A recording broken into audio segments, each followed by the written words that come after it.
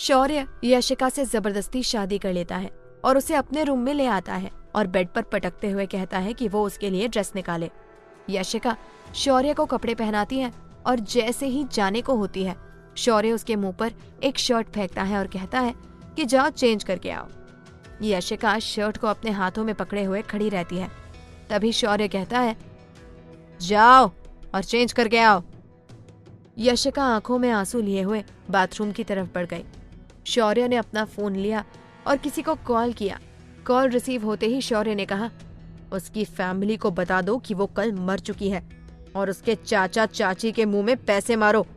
Call की दूसरी side से आवाज आती है, ओके सर, और कॉल डिस्कनेक्ट हो जाता है। तभी बाथरूम का डोर ओपन होता है और यशिका की लंबी और दूध जैसी टांग जैसे ही बाथरूम से बाहर आती है, शौर्य की पलकें झपकना ही भूल जाती हैं। यशिका बार बार शौर्य की शर्ट को पकड़ नीचे की तरफ खींच रही थी, क्योंकि शौर्य की शर्ट यशिका की थाई तक ही आ रही थी। शौर्य की नजर यशिका से हट ही नहीं रही थी। यशिका बाथरूम के डोर पर खड़ी अपनी नजरें झुकाए हुए थी। उसकी आंखों से आंसू टप टप कर गिर रहे थे। यशिका ने धीरे से अपने कदम बढ़ाए और बेड के पास जा अपना सर झुकाकर खड़ी हो गई। शौर्य ने न्यूज देखते हुए अपनी नजरें फेर ली और कहा, जाओ अपनी शक्ल को ठीक करो। यशिका ड्रेसिंग टेबल के पास गई तो उसकी आंखें शौक से बड़ी हो गई, क्योंकि ड्रेसिंग टेबल पर हर एक कॉस्मेटिक रखा हुआ था जो यशिका यूज किया करती थी। यशिका ने लिपस्टिक उठाई और अपने होठों पर लगा ली और अपने चेहरे को सही किया। तभी शौर्य बेड से उठा और यशिका के पीछे जा खड़ा हो गया। इस वक्त शौर्य का चेस्ट यशिका के बैक से टच हो रहा था। यशिका ने डर से अपना एक कदम आगे बढ़ाया तो शौर्य ने यशिका के पेट पर अपना हाथ रखा और उसे अपनी तरफ खींच लिया और अपनी बॉडी से सटाते हुए कहा, शौर्य से दूर जाने की कोशिश भी मत करना। यशिका की सांसें उसके गले में अटक गई थी। यशिका ने बहुत हिम्मत करते हुए कहा, क्यों कर रहे हैं आप ये, प्लीज हमें जाने दीजिए। लेकिन यशिका की रिक्वेस्ट शौर्य को जैसे सुनाई ही नहीं दे रही थी। शौर्य ने यशिका को अपनी तरफ किया और उसके चिन को उठाया। यशिका की पलकें झुकी हुई थी, जो आंसुओं से भीगी हुई थी। उसके होंठ शौर्य के दिल की धड़कनें बढ़ा रहे थे। शौर्य ने अपने एक हाथ से यशिका के बालों को पीछे से पकड़ और उसके सर को ऊपर उठाया और उसका सर हल्का सा ऊपर उठ गया। शौर्य ने अपने होठों को यशिका के होठों पर रख दिया। शौर्य की तेजी बढ़ती ही जा रही थी। वो यशिका को किस नहीं बल्कि उसके होठों को काट रहा था। अपने सभी गुस्से को आज शौर्य उस किस के जरिए यशिका के ऊपर उतार रहा था। शौर्य के अंदर जरा सी भी इंसानियत नहीं दिखाई दे रही थी। वो किसी हैवान की तरह यशिका के ऊपर टूट पड़ा था। शौर्य का दूसरा हाथ यशिका के गालों पर था। वो यशिका के गालों को छू रहा था। यशिका दर्द से तड़पती छटपटा रही थी, लेकिन शौर्य इतना बेरहम हो गया था कि उसे उसकी आंखों के आंसू और दर्द से कोई फर्क ही नहीं पड़ रहा था।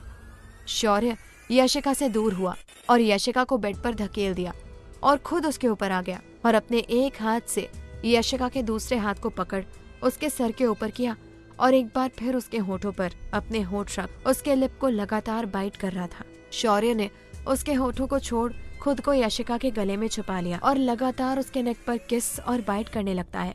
यशिका के आंखों के किनारों से आंसू टप टप गिर रहे थे। यशिका ने अब छटपटाना भी छोड़ दिया, क्योंकि वो समझ चुकी थी कि वो शौर्य का सामना नहीं कर सकती थी। शौर्य ने उसके गले पर अनगिनत निशान दे दिए थे।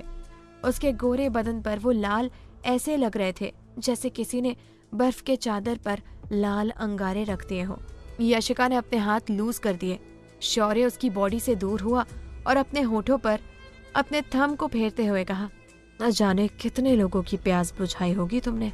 शौर्य ने जैसे ही ये कहा, बेजान सी यशिका के अंदर जैसे जान आ गई।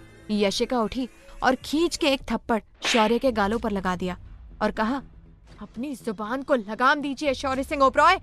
आप जैसा इंसान, सॉरी इंसान नहीं, हैवान के मुंह से ये बात अच्छी नहीं लगती। शौर्य उस थप्पड़ से जैसे बौखला गया था।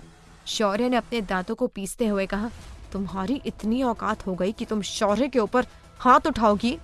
और उसके हाथ को पकड़ उसे मरोड़ते हुए उसके होठों पर अपने होठ रख दिए।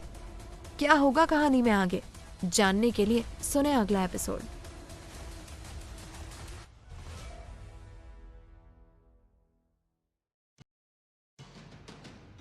शौर्य यशिका को किसी जानवर की तरह ट्रीट कर रहा था। यशिका उससे छूटने की नाकाम कोशिश कर रही थी, लेकिन शौर्य ने अपने हाथों से यशिका के दोनों हाथों को पकड़ उसे बेड पर दबा रखा था। शौर्य को एहसास हुआ कि यशिका ने मूवमेंट करना बंद कर दिया। शौर्य यशिका से दूर हो गया और साइड में टेबल के पास रखे पानी को उठाकर यशिका के ऊपर फेंक दिया। यशिका ने अपनी आंखें खोली। यशिका को होश में देख शौर्य बेड से उठा, सीधा बाथरूम में चला गया। यशिका रोना चाहती थी, लेकिन वो रोए भी तो कैसे? यहाँ ऐसा कौन था जो उसके दर्द को समझता? शौर्य जैसे ही बाथरूम में एंटर हुआ, उसने अपने आप को मिरर में देखते हुए कहा, शौर्य इतना हैवान नहीं था। हमने अपने गुस्से में ये क्या कर दिया? शौर्य जैसे ही बाहर आया, उसने देखा कि यशिका सो चुकी है। शौर्य यशिका के पास गया और उसके चेहरे को देखने लगा। यशिका के मखमली जैसे गालों पर शौर्य के नाखूनों के निशान थे। शौर्य ने अपनी मुट्ठी कस ली।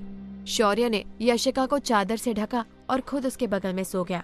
सुबह 10 बजे यशिका की जब नींद खुली तो उसने अपने आप को रूम में अकेला पाया। यशिका उठी और इधर उधर देखने लगी। जैसे ही रूम से बाहर कदम रखने को हुई, पीछे से आवाज आई, रुक जाओ। यशिका के कदम रुक गए। उसकी सांसें उसके गले में अटक गई। शौर्य पीछे से यशिका को अपनी बाहों में भरते हुए बोला, गुड मॉर्निंग। यशिका को समझ नहीं आ रहा था कि शौर्य उसके साथ इतना अच्छा बिहेव क्यों कर रहा है। यशिका ने अपनी मुट्ठी कस ली। तभी शौर्य ने यशिका को अपनी तरफ घुमाया और कहा, कहाँ जा रही थी? यशिका ने हकलाते हुए कहा, वो। तभी शौर्य ने उसके बालों को अपनी मुट्ठी में पकड़ लिया और कहा, शौर्य की इजाजत के बिना इस कमरे से बाहर तो क्या, इस बेड से भी नीचे नहीं उतर सकती आप। यशिका ने डर से जल्दी जल्दी अपनी गर्दन हिला दी। शौर्य ने उसकी आंखों में देखते हुए कहा, आपके कपड़े बाथरूम में हैं। 10 मिनट में चेंज करके नीचे आइए। अगर 1 मिनट भी इधर उधर हुआ तो आपके साथ क्या होगा, आप इसका अंदाजा नहीं लगा सकती। यशिका ने डर से कहा, ओके। और शौर्य ने एक झटके में उसे छोड़ दिया। यशिका जल्दी से बाथरूम में चली गई और शौर्य वहां से बाहर चला गया। यशिका जैसे ही रेडी होकर आई, उसने देखा कि एक लड़की उसके रूम में अपना सर झुकाए हुए खड़ी है और यशिका को देखते हुए कहा, मैम, सर ने आपको नीचे आने को कहा है। यशिका ने ब्लैक स्कर्ट और ब्लैक टॉप पहन रखा था और उसके बाल खुले हुए थे। यशिका जैसे ही नीचे गई, वहां मौजूद लोगों को देख शॉक हो गई। डाइनिंग टेबल के पास लोगों का मेला लगा हुआ था। यशिका धीरे धीरे आगे बढ़ी और शौर्य के पास जाकर खड़ी हो गई। शौर्य ने यशिका को देखते हुए कहा, बैठो। यशिका की नजरें झुकी हुई थी। तभी वहां बैठे एक आदमी ने कहा, कौन है ये लड़की और यहाँ कैसे बैठ सकती है? इसकी औकात नहीं बैठने की। किसी भी लड़की को कोठे से उठाकर यूं महलों में नहीं बैठाया जाता। शौर्य। शौर्य ने जैसे ही ये सुना, उसकी आंखें गुस्से से लाल हो गई। शौर्य ने अपनी मुट्ठी कस ली और डाइनिंग टेबल पर रखे खाने को अपने हाथ से फेंका, जिससे वो पूरा खाना जमीन पर गिर गया। वहां बैठे सभी लोग थर थर कांप रहे थे, क्योंकि शौर्य का गुस्सा इतना भयानक और खतरनाक होता है कि कोई भी उसके गुस्से का सामना नहीं कर सकता था। शौर्य के हाथों में चोट लग गई थी। उसके हाथों से खून टप टप फर्श पर गिर रहा था। तभी एक औरत आगे आई और कहा, शौर्य। वो औरत जैसे ही आगे बढ़ी, शौर्य ने अपनी उंगली उठा उस औरत को रोकते हुए कहा, रुक जाइए वहीं। एक कदम भी आपने आगे बढ़ाया तो मैं इस पूरे विला को आग लगा दूंगा। उस औरत के कदम वहीं रुक गए। शौर्य के हाथों में चोट ज्यादा लग गई थी। उसके हाथों से बहुत ही ज्यादा खून निकल रहा था। तभी यशिका आगे आई और टेबल पर रखे टिश्यू को लिया और शौर्य के हाथ को थामते हुए टिश्यू उसके हाथों पर रख दिया। शौर्य अपनी लाल आंखों से यशिका को देख रहा था और एक झटके में उसने यशिका के हाथ को झटक दिया और कहा, डोंट।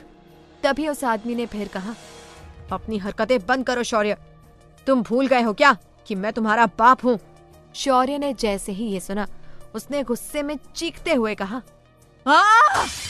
और उस डाइनिंग टेबल पर तेजी से अपने उसी हाथ से मारा जिस हाथ में खून निकल रहा था। वो कांच की टेबल टूट के चूर हो गई और उसके कुछ टुकड़े शौर्य के हाथों में धंस गए।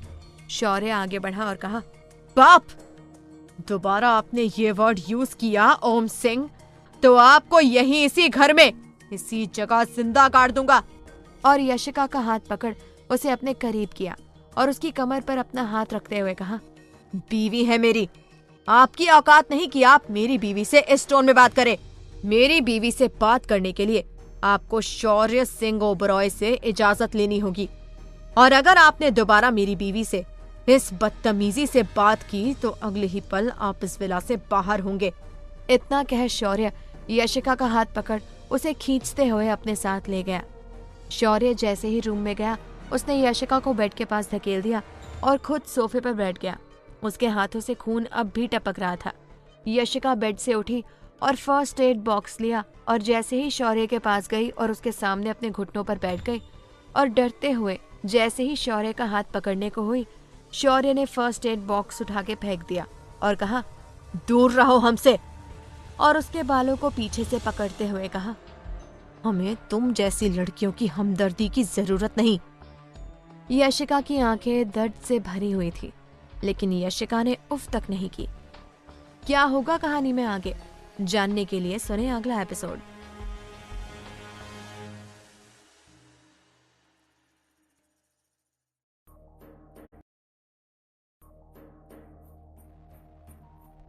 यशिका उठी और फर्स्ट एड को उठाया और शौर्य के सामने बैठ गई और उसके हाथों को जबरदस्ती पकड़ा और कॉटन लेस साफ करते हुए कहा, हमदर्दी और आपसे, ये गलतफहमी है आपकी। और उसके हाथों पर बैंडेज कर उसे जैसे ही पेन किलर देने को हुई, उसकी नजरें बॉक्स में रखे स्लीपिंग पिल्स पर गईं। यशिका ने स्लीपिंग पिल्स ली और उसे शौर्य से हाइड करते हुए ग्लास के पानी में डाल दिया और पेन किलर शौर्य की तरफ बढ़ाते हुए कहा, खा लीजिए, दर्द खत्म हो जाएगा। यशिका की बात सुन शौर्य यशिका को देखने लगा और कहा, अब इस दर्द के साथ जीने की आदत सी हो गई है और चली जाइए यहाँ से, हमें अकेला छोड़ दीजिए। यशिका ने कहा, हम यहाँ अपनी मर्जी से नहीं आए, आप हमें यहाँ जबरदस्ती लेकर आए हैं। शौर्य ने घूरते हुए कहा, अपना मुंह बंद कीजिए वरना आपको शांत करने के और भी तरीके हैं। और उसके हाथों से मेडिसिन लेकर खा गया। यशिका शौर्य के पास से उठी और बेड पर जाकर बैठ गई। उसके फेस पर एक स्माइल थी। वो अंदर से बहुत ही खुश थी कि अब वो यहाँ से भाग पाएगी। कुछ देर बाद यशिका दबे पांव से शौर्य के पास गई तो उसने देखा शौर्य सोफे पर गिरा हुआ है। शौर्य को इस तरह देख यशिका खुश हो गई और जैसे ही जाने के लिए आगे बढ़ी, उसके कदम रुक गए। यशिका पीछे मुड़ी और कहा, आई होप आप जैसे हैवान से दोबारा हम कभी ना मिले। यशिका किसी तरह सबकी नजरों से बचते हुए विला से बाहर आ गई और वहां से भागते हुए रोड पर आ गई। उसे ऐसा लग रहा था कि जैसे वो एक आजाद चिड़िया है। यशिका के जाते ही शौर्य सोफे से उठा और अपना फोन निकालकर किसी को कॉल किया और कहा, वो यहाँ से निकल गई। कुछ पल के लिए उसे इस गलतफहमी में जीने दो कि उसने शौर्य सिंह ओबरॉय को चकमा दिया है। यशिका किसी तरह अपने चाचा चाची के घर पहुंचती है और जैसे ही वो घर के डोर पर कदम रखती है, उसकी नजर उसके चाचा चाची पर जाती है जो हॉल में बैठे हुए बातें कर रहे थे। वो खुश होकर जैसे ही आगे बढ़ती है तभी उसे अपने चाचा की आवाज सुनाई देती है, अच्छा हुआ वो मर गई, वैसे भी हमारे ऊपर एक बोझ ही थी। यशिका के कदम वहीं रुक गए। यशिका की चाची शर्मीली जी ने आगे कहा, अच्छा हुआ उसके मरने से पहले ही हमने उससे इतने सारे पैसे कमा लिए, वरना हमने उसे इतना खिलाया पिलाया सब मिट्टी में मिल जाता। तभी यशिका के चाचा जी ने कहा, तुम सही कह रही हो, अगर हमने उसे उस आदमी को बेचा न होता तो आज हमारे पास इतने पैसे नहीं होते। यशिका के दिल पर जैसे खंजर चल रहे थे। जिस चाचा चाची के लिए वो जान देती थी, आज उसे इनके असली चेहरे देखने को मिल गए। जो यशिका उनके लिए अपनी खुशियां दांव पर लगा देती थी, उसी चाचा और चाची ने उसे पैसे के लिए बेच दिया था। यशिका की चाची ने आके कहा, अच्छा हुआ मर गई, वरना आज नहीं तो कल वो यहाँ आने की कोशिश जरूर करती। यशिका के कदम लड़खड़ा गए और वो फर्श पर बैठ गई और उसकी आंखों से आंसू झरने की तरह गिर रहे थे। यशिका बेजान सी उठी और उसके कदम घर के बाहर की तरफ मुड़ गए। घर के बाहर ब्लैक यूनिफॉर्म पहने खड़ा शख्स जैसे ही यशिका को घर से बाहर आते हुए देखता है, वो किसी को कॉल कर देता है और कहता है, बॉस काम हो गया। दूसरी तरफ से आवाज आती है, गुड जॉब। उस ब्लैक यूनिफॉर्म वाले ने आगे कहा, वो यहाँ से निकल गई। यशिका चलते हुए एक पहाड़ी के पास जाकर रुकी और वो ब्लैक यूनिफॉर्म वाला आदमी उसका पीछा करते करते वहां तक आ गया था। यशिका उस पहाड़ी के किनारे खड़ी थी। कल रात उसके साथ जो जो हुआ उसके सामने किसी फिल्म की तरह घूम रहा था, और आज उसके चाचा और चाची की बातें उसके कानों में तीर की तरह लग रही थी। यशिका ने अपनी आंखें बंद कर ली। उसकी आंखों से मोती गिर रहे थे। यशिका ने लंबी सांस ली। तभी एक कार तेजी से ब्रेक लगाकर वहां रुकी और एक आदमी जिसने ब्लैक सूट, ब्लैक पैंट और ब्लैक शर्ट पहना था, बाहर आया और भागते हुए यशिका की तरफ बढ़ गया। यशिका जैसे ही गिरने को हुई, उस आदमी ने यशिका का हाथ पकड़ उसे अपनी तरफ खींच लिया। यशिका उस आदमी के सीने से जा लगी। यशिका की धड़कनें बहुत ही तेज थी। यशिका ने जैसे ही अपनी आंखें खोली, उसके सामने लाल अंगारे जैसी आंखें उसे ही घूर रही थी। यशिका ने अपनी पलकें उठाकर उसकी आंखों में देखते हुए कहा, आप? शौर्य ने यशिका के चिन को पकड़ते हुए कहा, हाँ, हम। आपको क्या लगा आप शौर्य सिंह ओबरॉय को स्लीपिंग पिल्स देकर उस विला से बाहर आ सकती हैं? नहीं, शौर्य के इजाजत के बिना उस विला में हवा भी नहीं जाती। तो आप तो एक सांस लेती और चलती फिरती इंसान हैं। यशिका ने शौर्य के हाथ को झटकते हुए कहा, छोड़ो हमें, आपने हमें बचाया क्यों? आप भी तो यही चाहते हैं ना, हमें मारना? तो देखिए हमें मरते हुए। यशिका की आंखें रो रो कर सूज गई थी। शौर्य ने उसके कमर पर हाथ रखा और उसे अपने करीब खींचकर उसकी आंखों में देखते हुए कहा, लगता है आपको कल सुनाई नहीं दिया था यशिका। You are mine. आपकी सांसों पर, आपके इस जिस्म पर सिर्फ और सिर्फ शौर्य का हक है। हम आपको मारना चाहें या जिंदा रखना चाहें, ये हम डिसाइड करेंगे, आप नहीं। यशिका को अब गुस्सा आ रहा था। यशिका ने अपने हाथों से शौर्य के हाथों को अपने कमर से हटाने की कोशिश कर रही थी, लेकिन शौर्य ने उसकी कमर पर अपनी पकड़ कसते हुए कहा, हमारी इजाजत के बिना ये सांसें रुक भी नहीं सकती। यशिका ने उसकी आंखों में देखते हुए कहा, क्यों कर रहे हैं आप? छोड़िए हमें। शौर्य ने ईविल स्माइल की और कहा, छोड़ दूंगा, लेकिन पहले मेरे 15 लाख वापस करो। याद तो होगा तुम्हें, मैंने 15 लाख में खरीदा है, जितनी तुम्हारी औकात नहीं। और उसकी कमर छोड़ उसके हाथों को पकड़ उसे खींचते हुए कार के पास ले गया और कहा, कल रात तुम्हें अपनी बीवी बनाया है। ये कह शौर्य ने यशिका को कार की बैक सीट पर धकेल दिया और उसके ऊपर झुकते हुए कहा, दोबारा हमारी इजाजत के बिना विला से निकलने का ख्याल भी तुम्हारे मन में आया तो उसे अपने मन में जला देना, क्योंकि शौर्य की कैद से छूटना नामुमकिन है।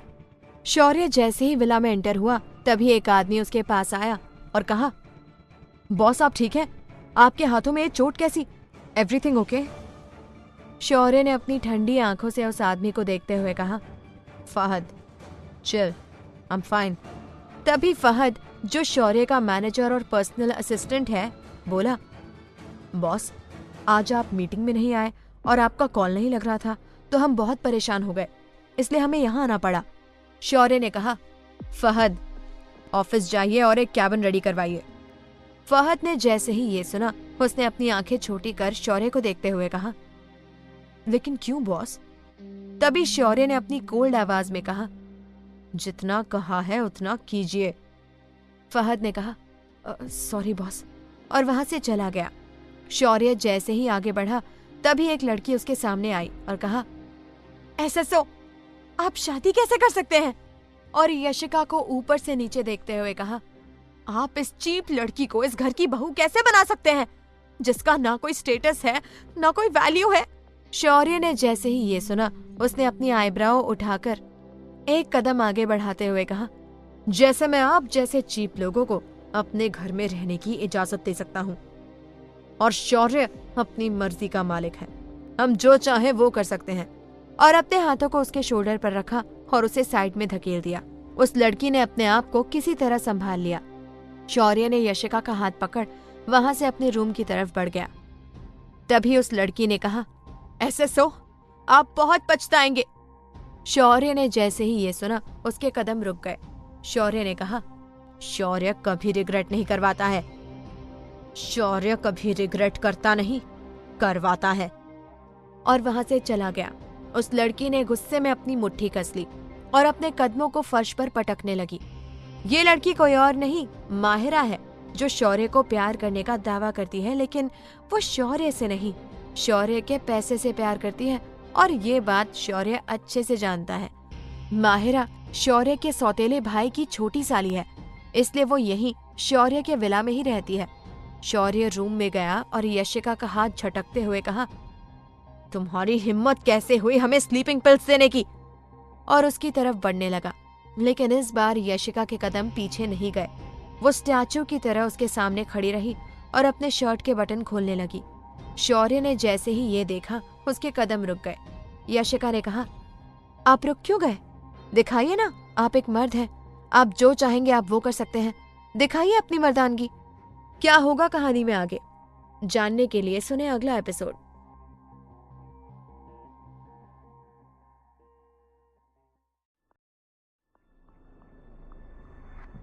यशिका शौर्य को स्लीपिंग पिल्स देकर वहां से बाहर चली जाती है और जैसे ही वो अपने चाचा चाची के यहाँ पहुंचती है, उसे कुछ ऐसा सुनने को मिलता है जिसके बाद उसकी पूरी दुनिया बदल जाती है। यशिका के अंदर जीने की अब कोई भी उम्मीद नहीं बची होती। यशिका चलते चलते एक पहाड़ी के पास जाकर खड़ी हो जाती है और जैसे ही गिरने को होती है, शौर्य उसे बचा लेता है और उसे कार के बैक सीट पर धकेलते हुए कहता है कि उसकी सांसों पर, उसकी जिंदगी पर सिर्फ शौर्य सिंह ओबरॉय का हक है, और उसे अपने साथ विला लेकर आता है और अपने रूम में लेकर उसका हाथ झटक देता है और उसकी तरफ बढ़ने लगता है। यशिका अपने शर्ट के बटन खोलने लगती है। शौर्य के कदम रुक जाते हैं। यशिका शौर्य को देखते हुए कहती है, रुक क्यों गए? दिखाइए अपनी मर्दानगी को, आप यही कर सकते हैं, आप एक मर्द हैं, बताइए ना। यशिका की बात सुन शौर्य गुस्से से अपनी मुट्ठी कस लेता है और गुस्से में रूम से बाहर चला जाता है। इधर लायला कॉर्पोरेशन, जो दुनिया की ऐसी कंपनी थी जिससे आज तक कोई भी कंपनी कम्पीट नहीं कर सकी, इस कंपनी को ज्वाइन करने के लिए लोगों को 5 इंटरव्यू देने के बाद शौर्य के सामने अपनी लॉयल्टी साबित करनी पड़ती है। लेकिन इस कंपनी में जॉब मिलने के बाद लोगों की किस्मत बदल जाती है।